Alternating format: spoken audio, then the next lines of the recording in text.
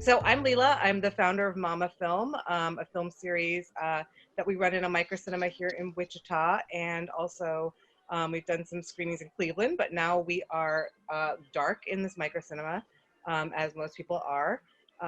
And we are trying an experiment of connecting our village of people online. So I think some of you have been to the cinema and some of you have not, but what we typically do is watch a movie, an independent film, and then have conversation together. And this is a time where I think, as we're all talking about it, we need conversation. We want to see each other's faces. And there's nothing really that brings people together like film. So I, in this very strange time, thought maybe we could try it this way and see what happens. It's nice to see new faces here. And I will just say I was looking for various films that might fit the bill to make people happy and just give us a little bit of sense of joy. And I came across Alive and Kicking and was like, this is perfect on so many levels, and was so lucky to be introduced to Susan and have her join us here. Susan's the director of the film, and then Heidi is joining us. She's the editor, which is amazing. So this is really cool. And I'm gonna do you all see the chat function on the right side of your screen? If you click on the bottom where it says chat, there's a little bubble, and you can chat with everybody in here. Hello, Cindy. And if you have a question, I'm going to start off by just a few questions. Hi, Maddie. And then I want you guys to feel free to share your thoughts on the film and beyond the film, what it means to us right now in this, environment that we're in. If you're not speaking, if you could push mute, that would be great, because sometimes the background noise gets a little bit distracting. But please participate in the conversation. Turn on your cameras if you feel like it. We want to see you. The other thing I learned in my very first Zoom session of the day is there's a raise hand thing that you can hit. Yeah. Where is that, Susan? So on the right side of the screen where it turns white and it says participants, under participants, it has mute me and raise hand. And then just below that is chat.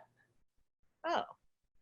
And then if somebody raises their hand, like I'm going to raise my hand, and you see this blue hand pops up.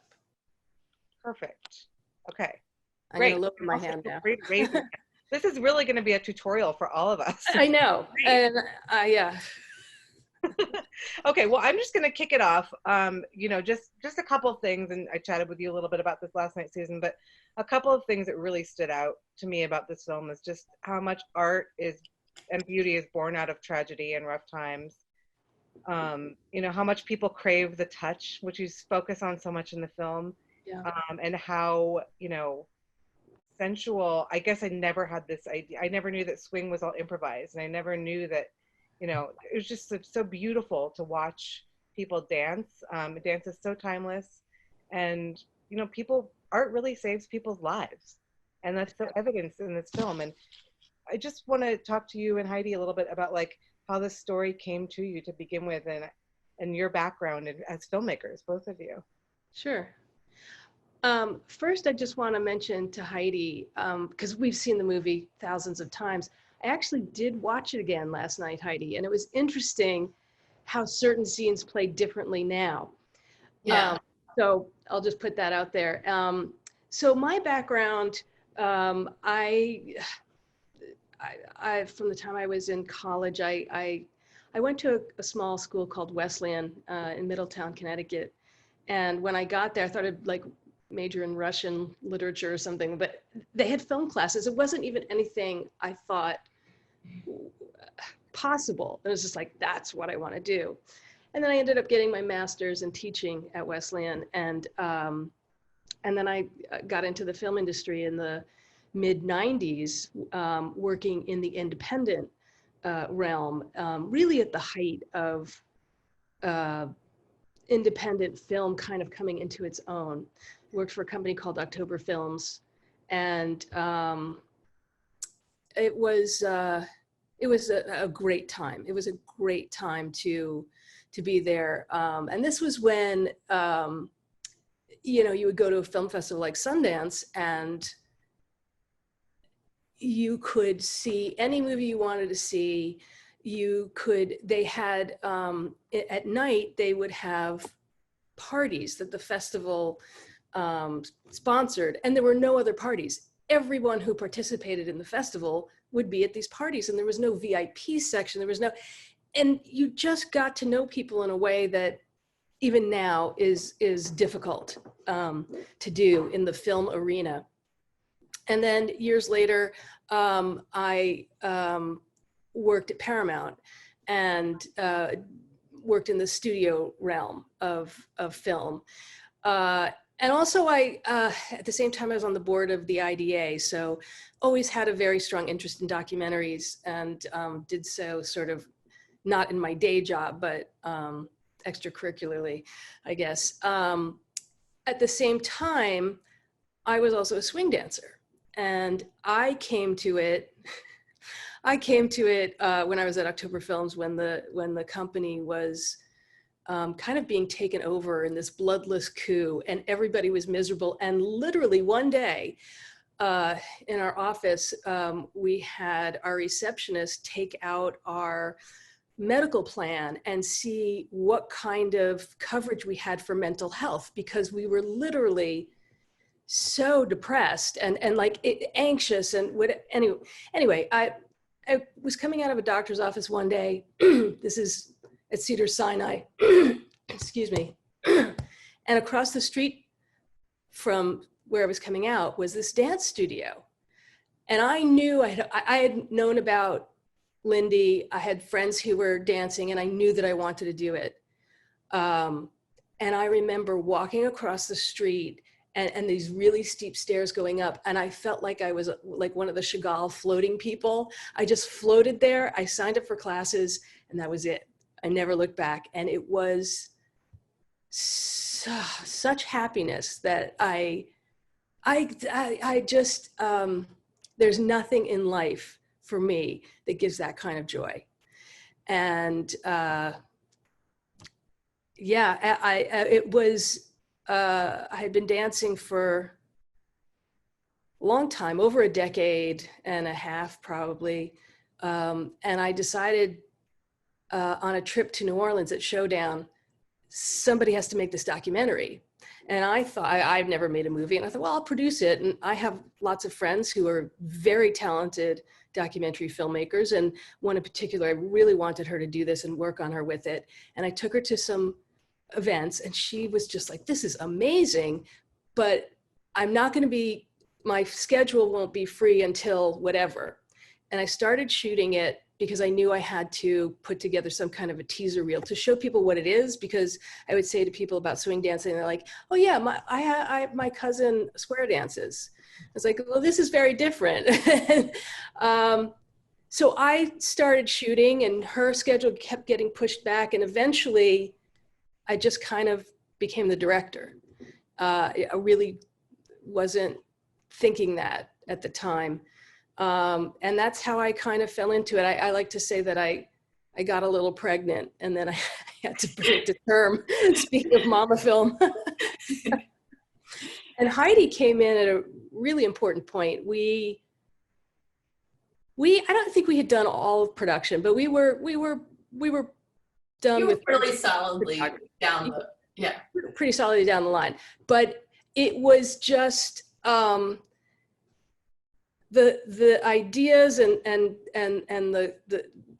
there were like little tiny scenes here and there, and it just was this blob of clay when Heidi got on it. And really it was Heidi working with me, of course, and we really at that point really shaped it into what it became. Because the thing is, when I decided somebody had to make a movie about it, I did not have, okay, I want it to say this, I want it to say that, and here's how it's going to go: first act, second act, third act. I didn't have any of that.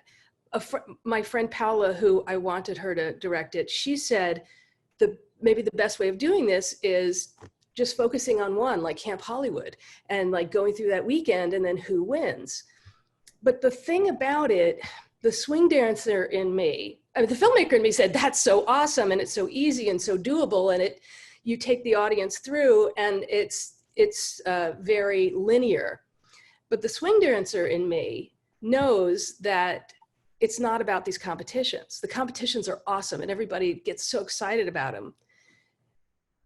But that's not what the dance is about. You have this throwdown competition, and people are so serious in the competition. As soon as it's done, like they want to dance with all the people they just competed with. And so I really did not want it to be that kind of movie. And Heidi and I really struggled, like, how do we find a documentary? Like, we were looking for other films that had this structure of people in different places who kind of come together doing the same thing, but it doesn't end up in a competition. And we really racked our brains. And luckily, 20 Feet from Stardom had come out. And we studied that. I mean, Heidi, how many times? I watched that movie like 8 times. Yeah. Really. And breaking down all the scenes. And we, you know, we have an outline, or they call it continuity for the film, of all of our scenes. And we had all of our scenes on index cards that were color coded. And I did the same thing for for 20 Feet from Stardom. I was like, I need to understand how this film is working, because it's not, you know, it's not a competition-based film either, and it has that entertainment aspect. And now, of course, they had something going for it that we didn't have going for it, which was like a lifetime, people having experiences over a linear lifetime that was a long amount of time, and a lot of our characters' span was much shorter, but we definitely picked up a lot of tips and tricks from that, and that really helped us move it forward. Yeah. It was very educational. And one of the main things we learned was how they treated A characters and B characters. Right. And you didn't have to wrap up everybody's story so perfectly. And sometimes the B characters had more dramatic stories than some of your A characters. And how can you put those in so that it weaves, that they support the A characters in telling this dramatic story that's not exactly the A characters. Right, and that was definitely like using Rusty and Augie and, well, we don't have John Paul in there anymore, but some of our more minor characters, that was modeled off of. Right. And so in other words, Rusty, she broke her neck doing this, you know? She's not the main character, but her story is so important in weaving it through. And honestly, last night when I watched it, I got choked up twice. I got choked up with Augie's story, which is so touching. And then I got choked up again. I don't know, maybe when Rebecca was sick, I think. Yeah. And if we had followed the rules that we thought were there for most documentaries, which is, hey, this is not your leading character, don't take away from your lead stories, we would have missed the things that give it so much heart and soul, you know? Yeah, because some of our lead characters, they all have strengths, but they all have weaknesses. And I think, I'm not going to spell out what all the weaknesses are, but we definitely tried to downplay some of the, you know, and let the supporting characters come in and provide maybe some heart where maybe there wasn't heart, but that they had spunk and spirit. And so that carries, you know, it was always like, where can we find all of the elements of swing dancing, all of the emotions, and put them in through different places. And if our main character can't do it, how do we do it with a supporting character? Or can the other main characters do a little bit more, you know, or how do we, we did a lot of that. Yeah. How did you find all of the people that you followed? Because you had such a diverse array of characters in this story, and like represented so many different kinds of people who are come together around this art. Well, it's interesting. Obviously, the fact that I was a swing dancer meant that I came into contact with these people. Evita was the first person that I approached. She had been part of a troupe of a three-partner, 6-person troupe of dancers. And at first I thought, oh, let me make it about these guys, because they're all over the world. I mean, from like far-flung, like Sharon's from Australia and her partner was from Argentina, but now she's living in London. And I mean, it was like all spread out. And then it I would find other people, and then it would expand. Evita was the only person, I asked people if they would want to be in it, and Evita was the only one, she's the smartest one, she's the only one who said, well, what is it going to be about, and how are you going to do it? And like, everybody else is just like, sure. So I was really lucky, except for a few musicians who were a little wary. These are some of the musicians, not all of them, but some of the musicians in New Orleans, because a lot of filmmakers had moved to New Orleans, and they were shooting a lot with the tax credits, et cetera. And I think maybe some of the musicians had been taken advantage of by some big films coming in, and they were also concerned about that. But everybody else was pretty much sure, which was amazing. I don't think they knew just what they were getting into, maybe. And we also filmed a lot of people. I mean, there are a lot of people who aren't in the movie. I can't stress this enough. We had to make choices and whittle people down. And at some point, we had a ton of characters, and we're like, who can go? Because we can't, it's just too many people for people to follow. And then it would be like, oh, we have somebody saying this thing. Can we replace it with one of our lead characters saying this thing so that we can lose the 3 lines or not lead characters, they're secondary characters. So we can lose a few secondary characters. So I think some of the great people we got out of this were because we shot so many people. I have no idea how much footage. Too much footage. We had like 20 terabytes at least. No, 20, 25. Yeah, something like that. And so it's hard to say exactly how many hours of material that is, because some of it was shot at a higher resolution, and they have different codecs and different things. And it was just so much footage, and people ask me this question all the time. And I'm always like, I didn't have the time to contemplate how much footage it was, because it's just too painful and it would take too long to calculate. But if I had to take a guess, I would say somewhere in the 500 to 700 hour range. Right. And one of the things I remembered last night seeing it, and I'm really glad I did it, was we had in the credits additional interviews who did not make it into the film.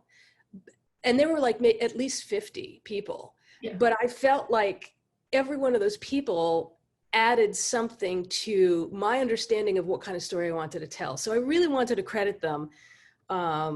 And I'm really glad that we did that. Can I just tell a funny story, and then we'll talk about music licensing? So, because I think this story is just to demonstrate how much footage we had. I watched a lot of it, but I didn't apparently watch everything. So I got the DVDs, and I watched the DVD because I wanted to hear Susan's commentary. And then I watched the additional scenes. And there was an additional scene on the DVD that I had never seen before. Oh, no way! Which one? It was the dance scene at US Open, the one that you had. Oh, not US Open, US Open. Yeah, that's what it's called. I don't know. I haven't watched the DVD in for ages, but because why would I have a copy on my computer? But, I don't even have a way to look at the DVD extras. I was like, oh my gosh! I was like, there's a scene on the extras that I don't even know about. How funny is that? But music licensing. Whew. You want to talk about that? Yeah, the music in that film, it really does make you want to move. Yeah. Well, I have to tell you, I mean, Heidi did such an amazing job, because she kept saying to me, I am a picture editor. I'm a picture editor. I'm not a music editor. I was like, okay, I understand music and you understand how to edit. And between the two of us, we'll get it. I just had like sometimes I would say to Heidi, like Norma says, bebop, ba-dop, bop, bop, boop, bop. That's where we're cutting. Bop, right there. Or I, like 5, 6, 7, 8, or whatever. And Heidi, I think you are now a music editor, but we had to replace, because of music licensing, a huge part of the original diegetic music. And then we had to cut scenes. Yeah. So we had to cut dancing and competition scenes to this other music that, okay, we get the rights to this, but we can't have that. So just as an example, Stephen Shanzi's first competition at Camp Hollywood, and they come out and they win, that's not the music that was playing there. It was not yeah, we could get the rights from the band just fine, but we couldn't get the other side of the rights, which is right. the publishing. The publishing rights. Yeah. We couldn't afford it. And Warner Chappell, but like Universal and BMG and all these other music publishers were fantastic. And Warner Chappell, unfortunately, has the Count Basie rights. And Count Basie is such a big part of swing music dancers, you know? I mean, that's just like, he is the composer for swing dancers. And, you know, we got footage of Basie in. We made sure to talk about how prominent he was, but we couldn't get his music in. And yeah, so we had to replace it. But not only were we replacing the live tracks, you have to have cheers. So, you know, because all the live music we recorded, it sounds different in a big room of a big band playing a music than if we had tried to, it would have been astronomically expensive in Foley to try to recreate the live competition. So we're like, we have to use live performance music from somebody who will give us the rights in at the same rhythm and tempo. Oh, and by the way, the cheers have to line up. Like you can't, not everybody throws tricks at the same time. So you can't have people cheering when all they're doing is a swing out. So that was complicated to recut those scenes. Very complicated. Recutting the scenes, but also there's only so much recutting and faking of rhythm you can do because they're dancing to a beat. So, you know, you can stretch it out a little bit, but yeah. So it was a lot of recutting the music and recutting the scenes and making sure we could add cheers. Adding cheers wasn't, but we had to make sure that the cheers that were already on the live tracks also landed. So that was a lot of fun. And then, unlike there's a scene where Steve and Chansey are rehearsing, and we couldn't get the rights to that music either. And that was another thing where we had to, was it you? Who were the two dancers who recorded all the Foley? We had to throw in all the footsteps, and we had to get a track that we could afford and license and throw that in there and make it sound like it was in the room and all of that. And we did that, but then you couldn't hear the dance steps, and that sounded weird because every place else you could hear dance steps. And obviously Chansey one point jumps on Steve's back and then jumps off, and you need to hear that. So we had some local LA dancers here who are professional, and I said, learn this, what they're doing. I gave them the images. They had to do it at the tempo. They learned that routine, and then we, you know, Foleyed the sound of the moves and put it back on. But before we did that, before I thought of doing that, we tried. Everybody here tried to make those steps, and it didn't work. So we needed professional dancers doing that. Yeah, that's great. Ruth, did you have a question? I see your hand raised, or is it just raised? Oh, I can't hear you. Scott Martin has his hand raised. Oh, we can't hear you though. Oh, Scott, you're on mute. Here, wait, let's see if we can unmute you.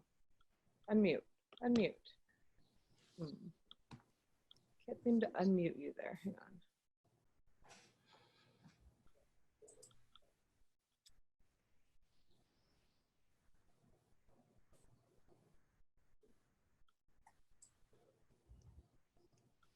Let me see if I can make him. For some reason, it won't let me unmute her. It's odd. I just unmuted myself, so maybe that's it. Maybe, yeah, if you unmute yourself, Ruth.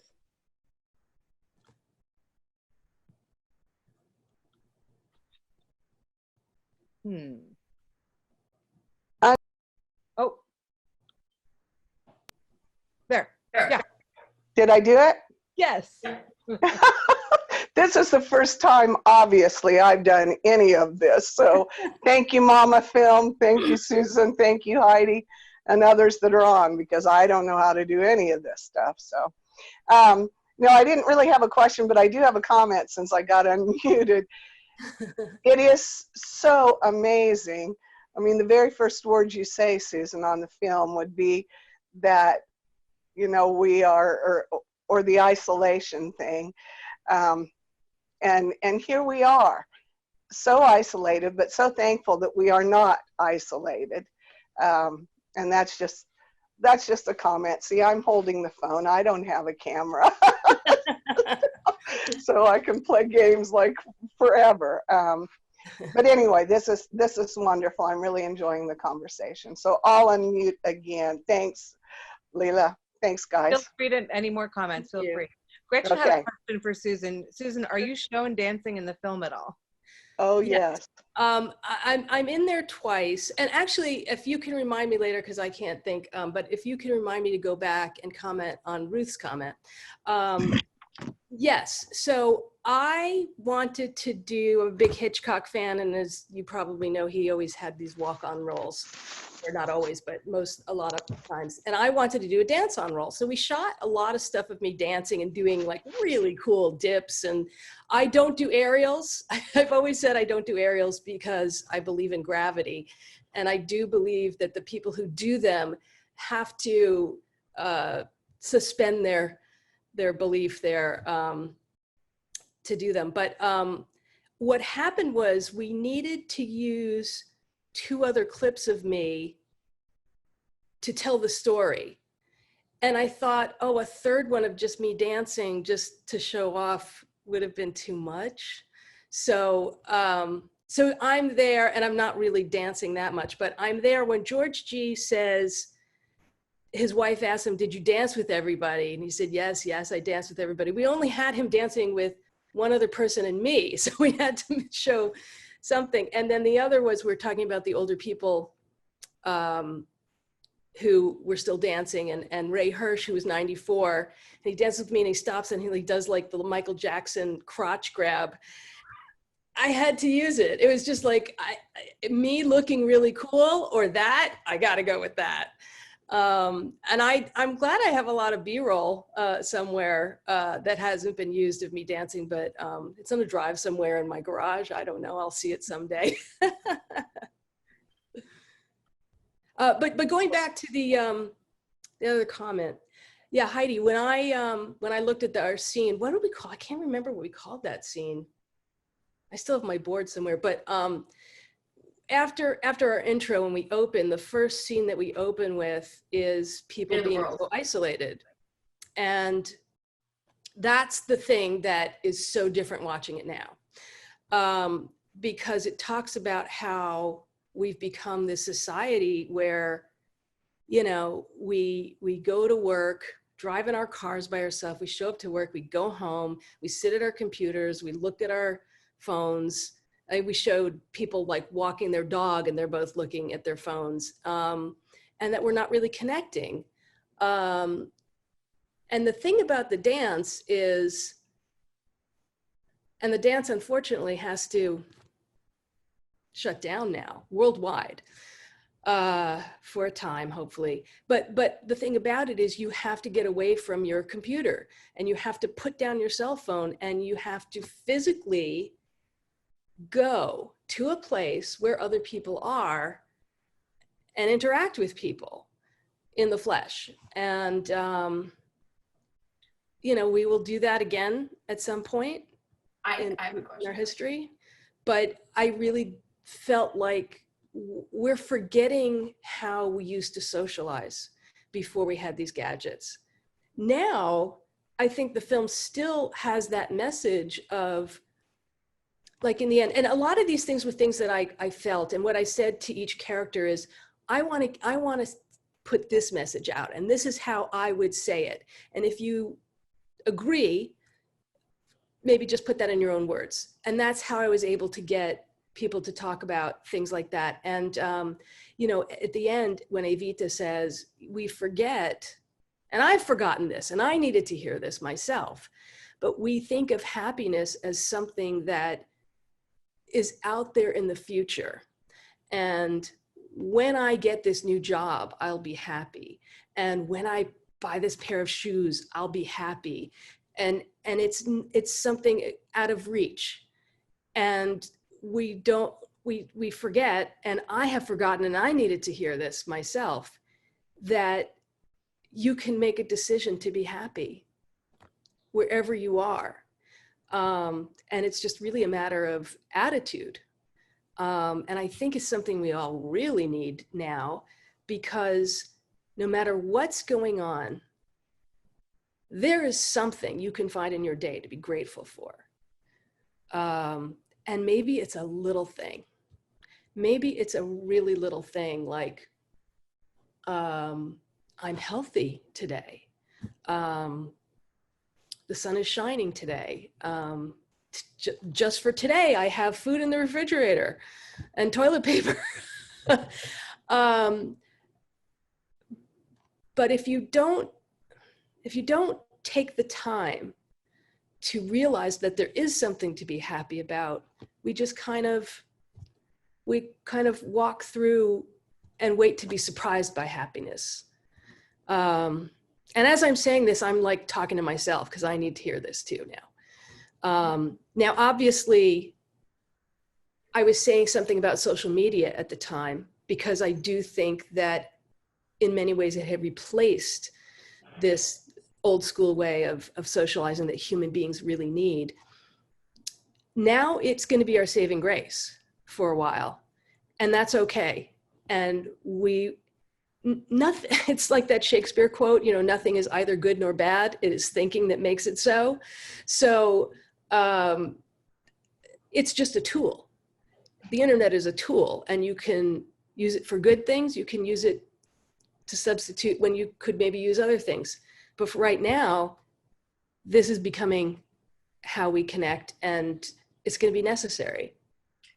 And then Heidi, I know what you're going to say about that scene. So go ahead and say. I was going to say, no, I was going to ask if anybody in the swing dance community had thought of doing, and I feel like the name is Big Apple, but the dance where it's in line. Yes, and it's Big Apple. We cut from all over the world. Yeah. Okay, so there's a dance that Frankie Manning started where it's like a line, it's more of I would say a line dance. The Shim Sham, yeah. The Shim Sham. People stand in rows, and then they all do this dance together, and the moves are very exact, and you can cut to it from anywhere all over the world. We would have images of this dance, and I could edit it like it was a smooth thing. And I was just wondering if now in this time of no swing dancing, if the swing dance community was like, we're going to have a group Shim Sham on Zoom, like get together for this party, everybody, we're going to Shim Sham together, or no, I don't know. I have gotten invitations in the last week or so, but I haven't had a chance to go, from a lot of swing dancers saying, hey, everybody, at such and such a time, we're going to have a Facebook dance and whatever. And sometimes it's instructions. A lot of instructions have moved online, and I would imagine that some of that is. And I can't wait to tune in for that, because that'll be really fun to see old faces and everything. Not old faces, but what I thought you were going to talk about, Heidi, is that scene used to come much later in the film. Yes. And it worked where it was, but the film wasn't working as well. And we learned, like, hey, this is our main idea. Yeah. What if we took this and we put that as our first actual scene after the opening, and instantly it worked better. It clarified everything. Yeah. I think there was a lot of work in the post process of figuring out how to tell the story and what our main theme was, because it seems so obvious now, the joy from within. But when I jumped on the project, the end of the project was a competition that Steven Shancey's team did at US Open, where there was an ankle that was twisted and they had to replace somebody, and they didn't know what the outcome would be. I mean, we were so far from the ending of the movie that we had. Did we show it to test audiences? Oh yeah. Of all the films I've ever been on, this one has been the most test audience screen film I've ever had. And it took us the longest to get to a cut that was watchable and enjoyable. And that was so painful. I mean, we would have the early rough cut screenings, we'd have people in the room, and we do these smaller screenings where we'd have like a big TV and about 8 people gathered.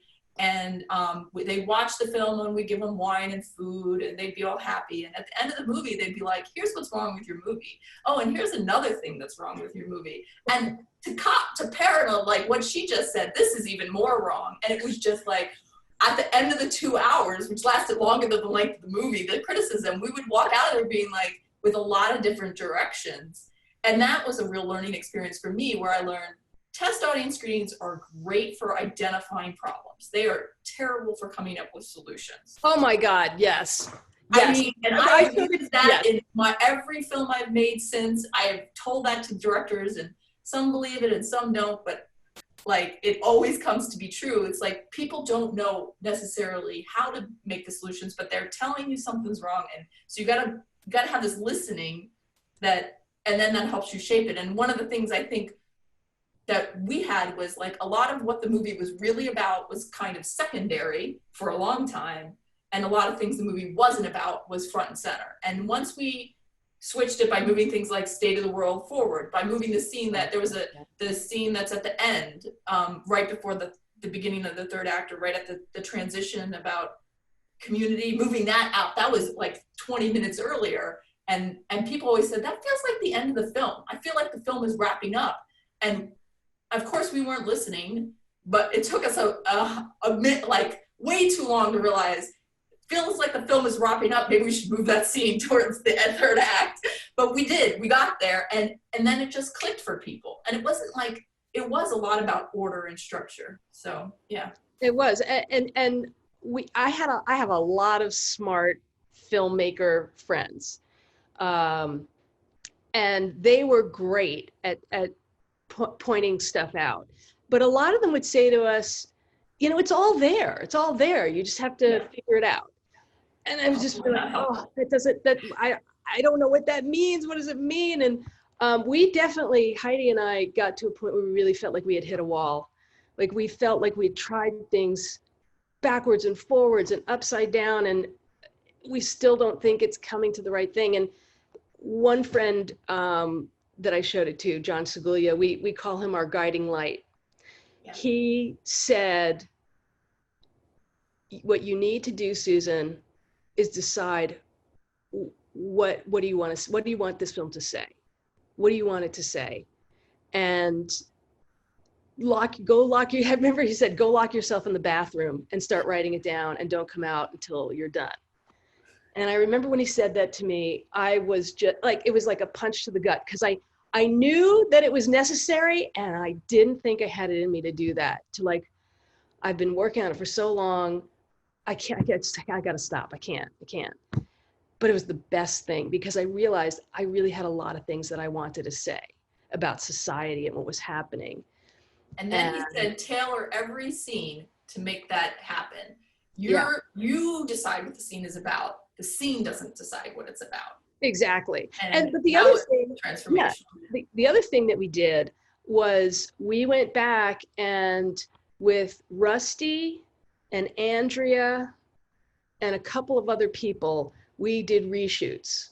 And I said, okay, I want to talk about how, you know, this concept or that concept, about life, about, you know, social things, about politics. Evita talking about, like, one of the things that I felt about dancing was I would look at Facebook, and because I was doing this movie, I had a lot of dancers FaceTime friend me, and I would friend them, you know, I mean, like, we had friends in common and whatever. And I would see like some of their profile pictures was like standing there with a machine gun or something like that. And I'd be like, oh my God, you know, it's like, you know, but I knew, like, I live in LA, which is very liberal, but in Orange County is very conservative. And I know some of these people who are very religious, conservative, think this way about whatever. We get together and we dance, and we love each other. And some of this was happening, you know, like 2015 into 2016. And we premiered it at South by in 2016. Yeah, so I saw these things happening in 2015 that were happening in the country. And it was very troubling to me to see people come out and just like really state, I don't like you, you're this color. I don't like you, you're this orientation. I don't like you, I want my guns. I don't, and it was something I really, really wanted to say in the film. And so I really love the scene where Evita talks about how you see these people's profiles on Facebook and they list all these things and you're like, ugh, I don't want to talk to these people. And yet when you dance, you break through all that. And then you realize that these are labels that we stack on top of each other. And I think that's exactly where we are today.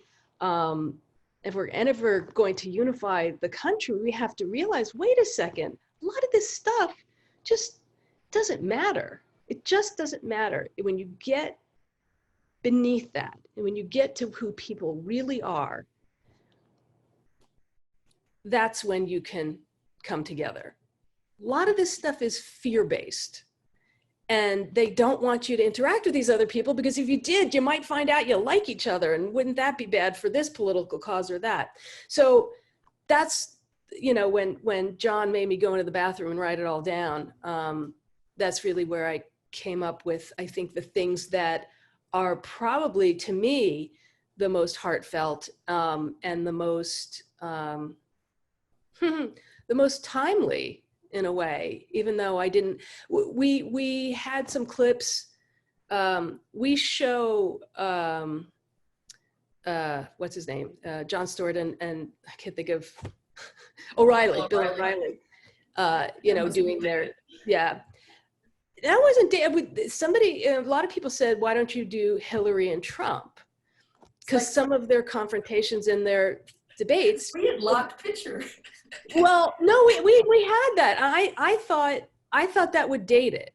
Yeah. And I wanted to go into something that, like Al Sharpton on the one hand and Ann Coulter on the other.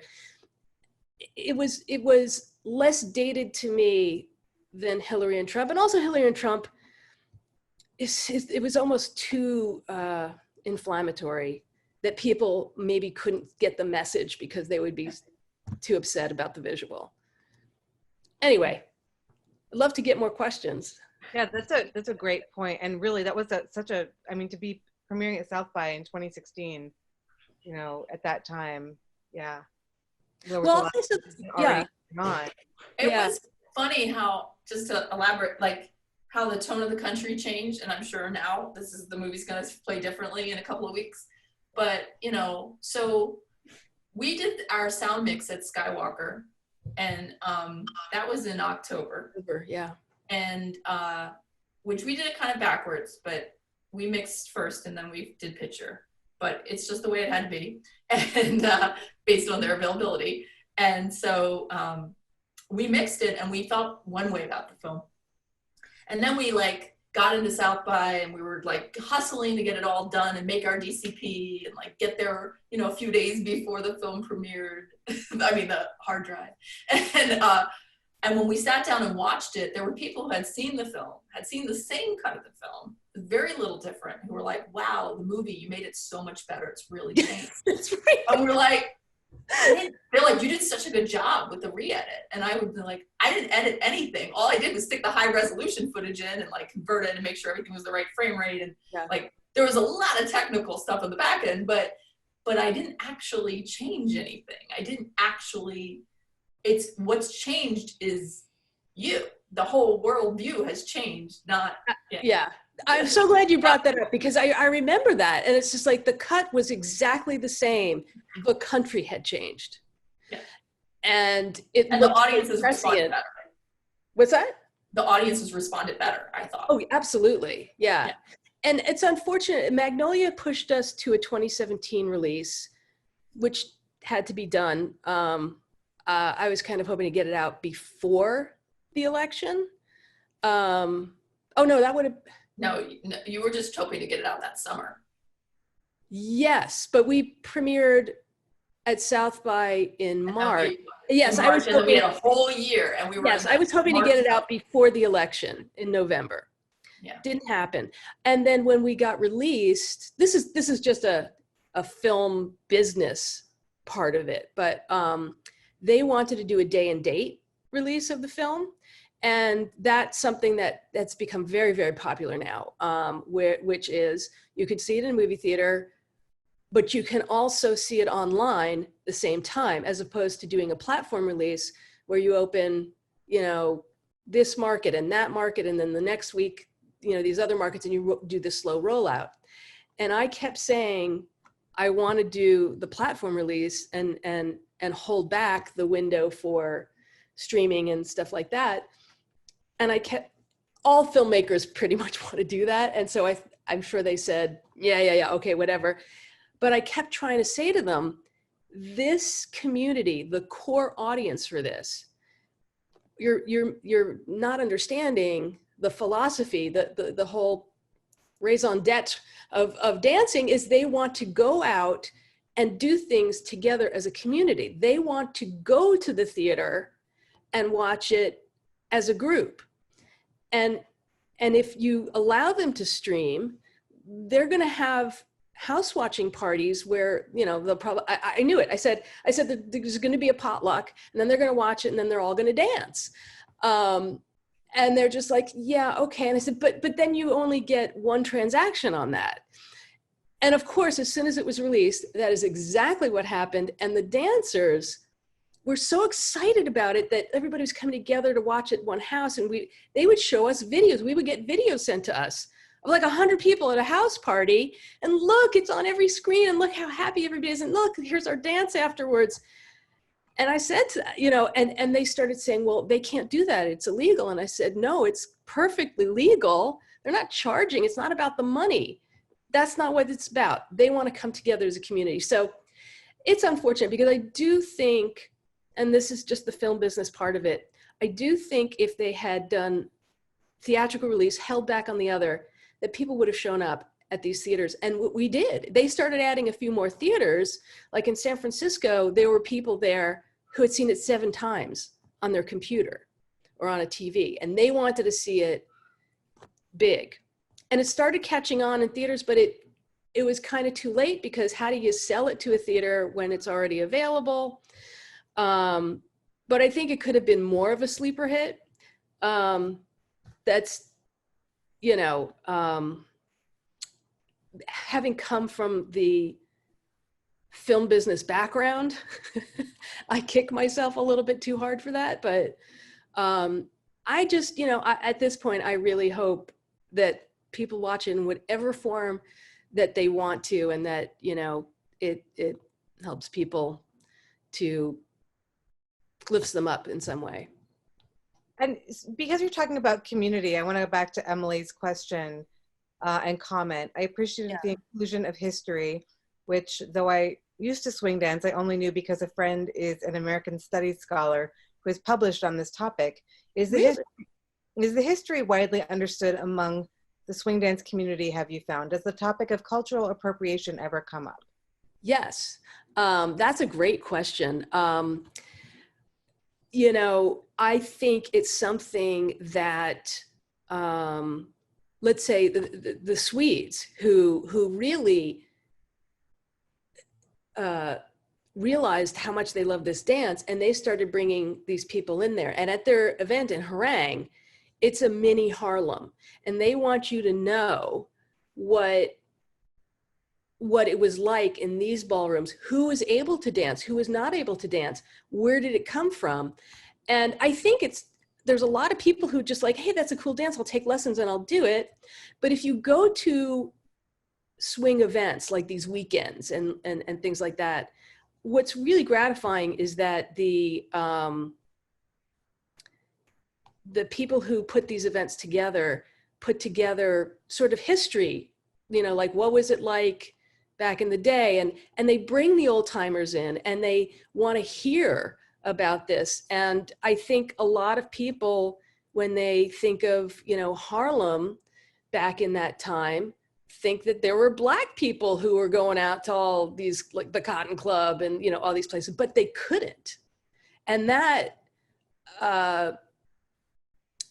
a big eye opener for a lot of people, that Harlem was this playground for white people, and the Black people could work, they couldn't come through the front door. And that's why the Savoy Ballroom was so unique, to have Black people and white people dancing together. There's the Frankie Manning Foundation is an organization that does a lot of amazing things. But one of the things they do is try to find people who can bring this dance into their communities. And sometimes the people are from Asia, but there've been a lot of people who they want, please bring this back to the Black community in this place or that place. And also it's now in Africa.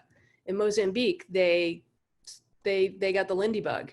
And it's funny because really white, pasty Swedes went to Africa to show this dance. Now, the dance was created in Harlem, but so much of it really kind of originated in Africa. The feel, the beat, the movements from slave times.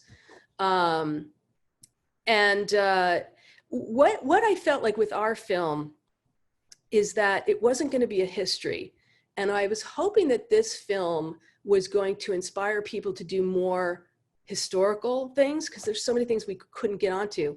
And we decided we wanted enough history to give it context, but that it couldn't be an historical film and say these other things. And so, yeah, I'm really hoping that it sparks something, but that maybe we didn't go into completely. And I remember us getting feedback at test audience screenings about, like, we always had a trouble with that scene, one scene that was like, you know, this is our history, you know, that's Norma's line. Norma, yeah, it's our music. You know, not everybody has the movie memorized. Right. But we always had trouble placing, and people say, oh, just lose it. And we're like, we can't lose it. It would be dishonest not to say that this originated in the African-American community, and that, you know, and that it isn't there today, not in the numbers that it should be. Right. Right. And people ask me, like, are you going to talk about that? And I was like, I have to talk. Like, when I was just forming the ideas for it, they're like, are you going to talk about that? And I was like, absolutely. I have to say something. How do you even show something where, like, it was all Black people in the early films, and then where'd they go? And where are all these Asians coming from? You know, you kind of had to address it. And sometimes, you know, what I didn't get to say in terms of, like, Asians coming in and things like that, and Swedes, what I wanted to say is that I found that this dance really exploded in cultures like Scandinavian cultures and Asian cultures, where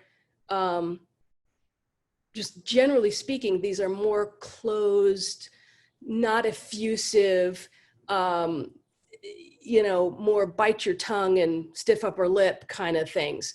And all of a sudden, they're given this permission to go wild and be improvising, and to, as a matter of fact, Sing Lim, who is I totally forgot what she was going to say. Oh, right. So she has a group called Swingapore, and she's in Singapore. And she would go and teach Chinese nationals about improvisation. And they would say things to her like, oh, is this where I put my hands when I'm improvising? And she literally had to have classes on how to break down norms and find your own voice. And yeah, I don't know how we got into that, but yes. That's a really neat the anecdote. Thanks for sharing that. We're getting towards the end of this conversation here, but a couple of questions that were asked earlier. What kind of cameras did you use? And I know, Susan, you did, because you're credited as the cinematographer too, so you did a lot of that. Yes. So I had a DP, and then one other guy and I gave camera credit, and then we had you know, people who were on certain shoots in certain locations. It turns out in the end, I probably shot at least more than half. I don't know what percentage it was. When it looked really pretty, it wasn't me. I can tell you that. I was shooting on a Canon. Oh my God, I can't even think what the name of my camera is now. It's been so long. C300? Is that right? C300? X, it was Canon X. I'm not sure. We did a lot of Sonys, and the cameras changed so it took 5 years to make the film. And in that time period, cameras came out that were lighter, that were smaller, that had better light that could shoot better in low light. I will say a couple things about that. One is, when I started, John, my DP, and I had a conversation about the look of it. And what we decided is I wanted to show it, this culture, as it really is. And so that meant we were going to be shooting in very low light. And it was very hard to get anybody to turn the lights up a little bit. So there were like 1 or 2 places where we lit the floor, because we had to get slow motion. We had to do that. But pretty much everything else was as it is, because we wanted to capture the essence of how it is and not show something pretty. And that meant things were going to be a little grainy, and we're going to have to push the negative is what exposure. Yeah, we're going to have to push the exposure. And so some of it was not that pretty, but it was more important to capture the feeling of what was going on. Now, the other thing I will say about my shooting on it, I didn't intend to direct it, and I never intended to shoot it. But what happened was, when I went to New Orleans, the first time, spent many years going to a lot of these places, I couldn't find a crew. I couldn't find a local crew. And so I ran over to Sammy's camera in LA, and I said, give me a dummy camera that I can't screw up. And the Canon that I got was fantastic, because I could do, excuse me, I could do a lot of, what's the word? Not manual, but the opposite, where like auto, whatever. And I thought, okay, I'm gonna have to shoot some of this. I did get a crew down there. And when I went to Sammy's camera, I said, what's the return policy? How soon do I have this back to return it? So it was a couple $1,000s for the camera. And I had every intention of giving it back. And I did find a crew, but then it was 2 a.m. out on the street in New Orleans, when this robot thing with a pink afro came by, and there was this impromptu street dance that happened. And I was wearing my camera on my back, and I took it off, and I started shooting, and I realized I'm going to have to learn how to do this, because I can hire whatever crews, but there are things that are going to just happen. I will be the only person. And so that's how I started shooting. And then I started learning how to do more with it. And then I kind of became the person who shot most of the film. But so I would say Canons and Sonys is what we did. And like I said, the cameras got so much better in low light as we moved on. And that's amazing that you hadn't really shot anything before that. Wow. I know. Well, this is my second Zoom thing. Imagine how I'm going to be in, after my fifth Zoom meeting. So Lawrence has a question. I thought it interesting that horror studio Blumhouse Finance. How did that come about? I noticed that too, Lawrence. So thanks for bringing that up. Yeah. Well, that's interesting. I've known Jason Blum for, God, I don't know, 25 years at least. And he is the king of horror. He's obviously, but he's so much more than that. And I knew him before all of that. And he has really great taste, and I really respect him. And I called him up and I said, Jason, I have a film that is so not for you, but I would really appreciate if you could take a look at it anyway. And he loved it. And, if you look at Jason's credits, he'll have like 20 horror, and in the middle of that 20 horror will be like something like,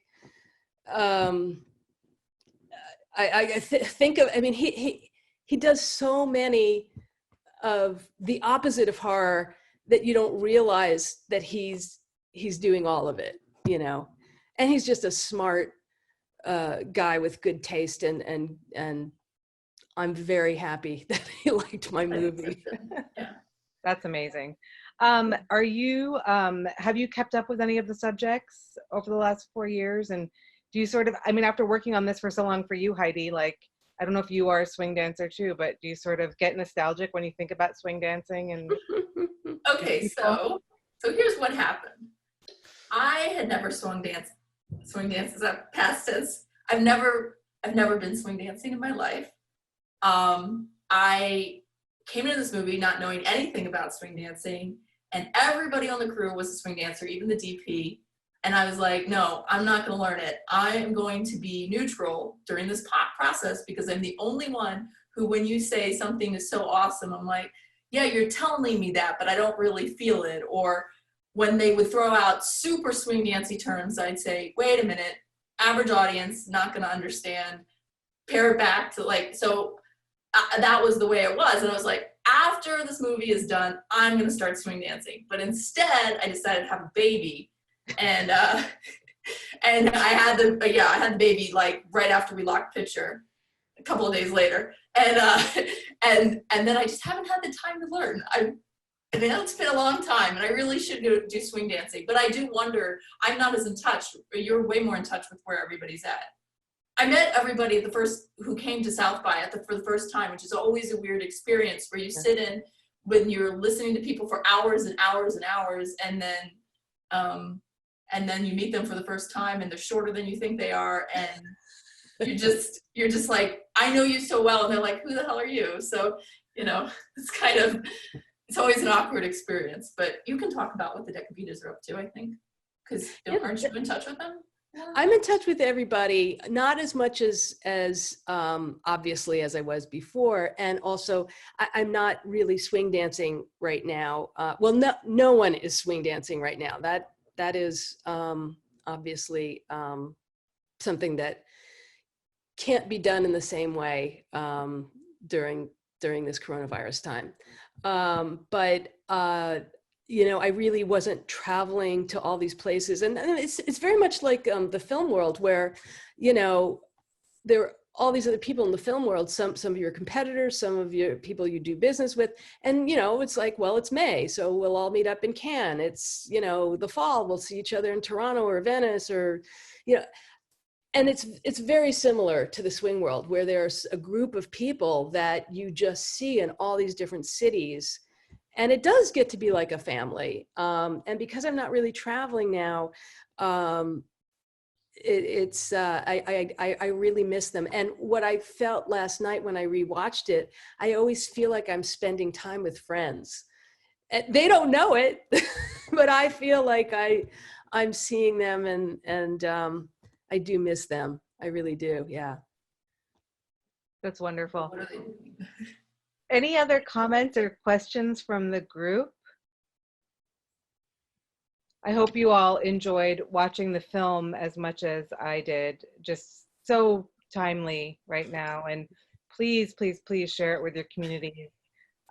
Susan and Heidi, thank you so much for doing this with us. It's a kind of like an experiment, and lucky that we happened to find you for our first community cinema conversation, and hopefully we'll be able to continue this.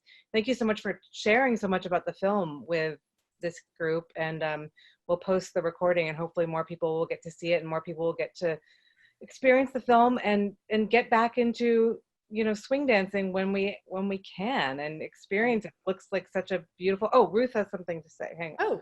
Oh no, she doesn't. Okay. She's just happy. Yeah. Oh, woo. Okay.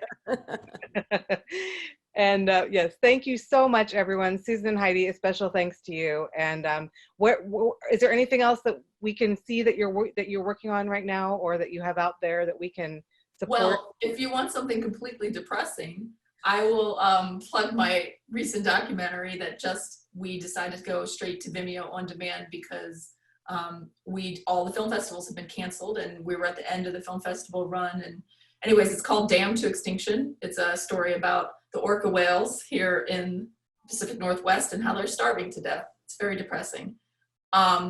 So if you want something to bring you down, that's what I just recently, I have And then I have another film that's on the film festival circuit, but we're not planning on doing a direct-to-video release anytime soon. We still want to hold out for distribution. So that's what I was working on. Can you tell us the name of that film, or that It's called Damned to Extinction, and Okay, not like a swear word, but with the dam, D-A-M. People always spell it wrong, and then they get disappointed. And yeah, so that's what I did, and it's a very different film. It's 100% different. And every director has their own style, so you'll be surprised that everything I work on feels a little different. And we can find that on Vimeo on demand now. Yeah. Okay. And I'm working on something that will hopefully be a limited doc series for TV. That I'm just going to say that it involves a lot of watching a lot of news coverage. And so for the last 2 years, I've been watching a ton of news coverage from various points of view. And I will say that it has taken a toll on me emotionally. Whereas working on this film was on Alive and Kicking was a total joy. And working on this is, suit up, put your boots on. And yeah, I actually don't watch any news on the weekend unless something serious is breaking, because I need a mental health distance from it. Yeah. That's a wide practice, perhaps. Yeah. This, we're not in a 24-hour, we're in a, I don't know, 60-second news cycle really right now. Yeah. So Yeah. Well, thank you so much, both of you, for brightening our days a little bit. Thank you, everyone, for joining the conversation. It's so nice to see faces. Yeah. And we will do this again. Thank you so much, Leela, for having us. Thank you. Goodbye, everyone. Bye-bye. Thanks.